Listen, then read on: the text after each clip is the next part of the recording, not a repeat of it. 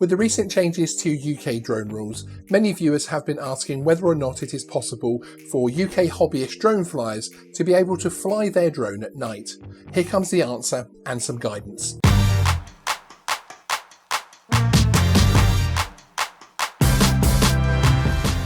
Hey everyone, my name is Sean and welcome to Geeksvana. This is another of our videos in the Geeksvana new UK drone rules series. For more on this series, there's a link to the playlist in the description below, and new viewers can subscribe to hear when new videos on the new UK drone laws goes live. One of the comments and requests we have had from you, our viewers, surrounds night flight, whether it is possible for hobbyists and how to ensure it is carried out safely.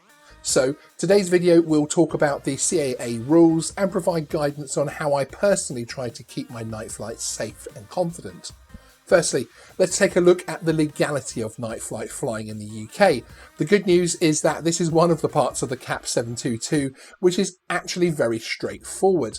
Chapter 2.1.1.2, VLOS operations at nights, simply states there are no specific prohibitions to VLOS operations during nighttime.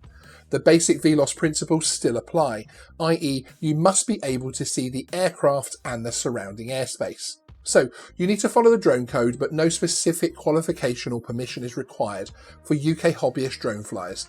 But the reason I'm including my personal guidance on night flights in this video is because, as simple as this chapter point of the CAA CAP 722 is, it still encompasses a wide range of issues, particularly your responsibility to ensure you can see the aircraft and the surrounding airspace, as well as the ongoing responsibility under the Air Navigation Order Article 241, which states a person must not recklessly or negligently cause or permit an aircraft to endanger any person or property.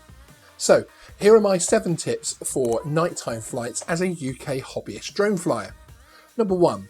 Daytime inspection. Visit the site of your flight during the day and take some notes. Look for issues like wires, trees, and anything else which might not be as obvious during the night. Take particular note of where you intend on flying. Personally, I also take pictures on my phone to help remind me later when visiting the location in the dark.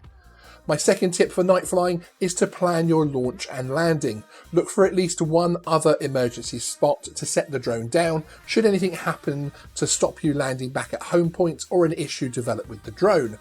It's a lot easier to plan this out in the daytime before you are flying at night and under sudden pressure to find another landing spot. My third tip is create a flight plan. Whilst you're visiting the site during daytime, have a look at where you intend flying and plan your basic route. This will help you to gain situational awareness when you're back at the site in the dark, and I find it improves my overall confidence. It might also help to keep this flight plan as simple as possible. Fourth tip is about your launch site. Illuminate it. Personally, I use a studio light with a battery, as this gives me a great amount of light to take off and land with, although you can use a range of decent panel or torch lights to create a safer area to operate within. This will help with a number of issues, including eye adjustment when going from looking at the sky or the screen down to the dark ground. Speaking of your eyes adjusting, that is my fifth tip. Keep your eyes adjusted to low light. Consider where you will stand and fly in terms of light around you and from your illuminated launch area, and how that might impact your ability to view the night sky. The less light sources between you and your drone, the better. Also, keep in mind that your eyes will require adjusting when you go from sky to screen, so try to keep the screen time to a minimum to aid your situational awareness. Up next, tip 6 is an obvious one, but this list would not be complete without it. Ensure your drone can be seen. Some drones have a good amount of lighting and can even turn on additional lights to help you keep it in sight, but you should consider adding an additional light which will help you keep the drone in sight at all times.